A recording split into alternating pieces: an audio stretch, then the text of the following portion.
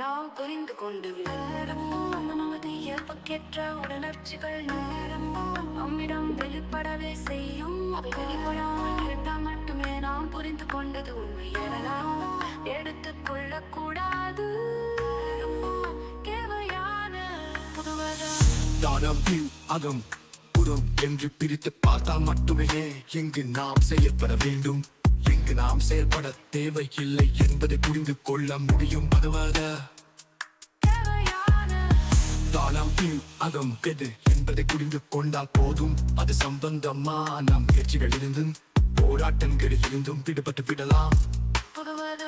தானம் அகத்தை பொறுத்த அளவில் நமக்கு எந்த வேலையும் தர்மமும் இல்லை என்பதை புரிந்து கொள்ள வேண்டும்.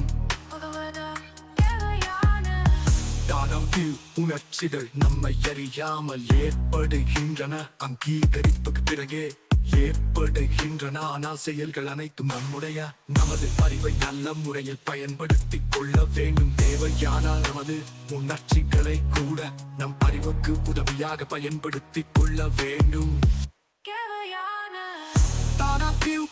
சரியான நேரத்தில் வரவில்லை என்று டென்ஷன் ஏற்பட்டதில் தவறில்லை. ஆனால் டென்ஷன் வருகிறதே என்று நீங்கள் டென்ஷனுக்கு எதிராக டென்ஷன் ஆவதுதான் தவறு. மனம் அமைதியாக இருக்க வேண்டும், மனம் ஆனந்தமாக இருக்க வேண்டும் என்ற மன உணர்ச்சிகளுக்கு முக்கியத்துவம் அளிப்பதுதான் தவறு.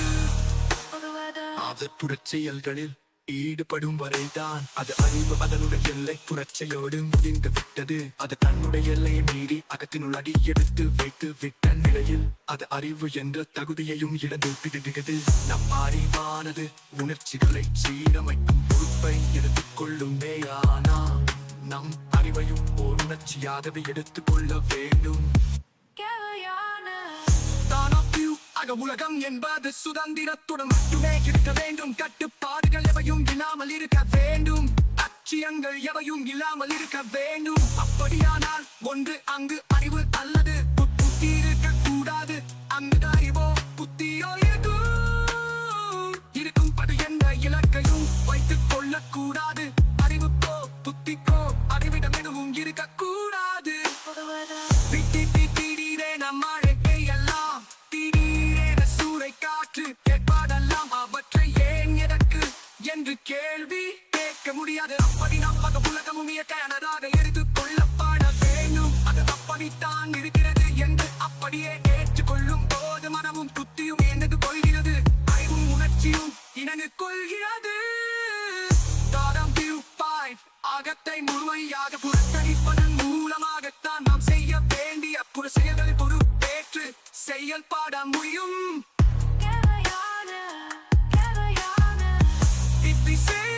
செயலற்று சும்மா இருப்பதன் மூலம் அது செம்மையாகிறது. செயல்திறனுடன் சிந்தித்து செயல்படுவதன் மூலம் புறச்செயல்கள் அனைத்து செம்மைப்படுத்தப்படுகின்ற மனதின் தலைமையில் அக வாழ்க்கை அமைய வேண்டும்.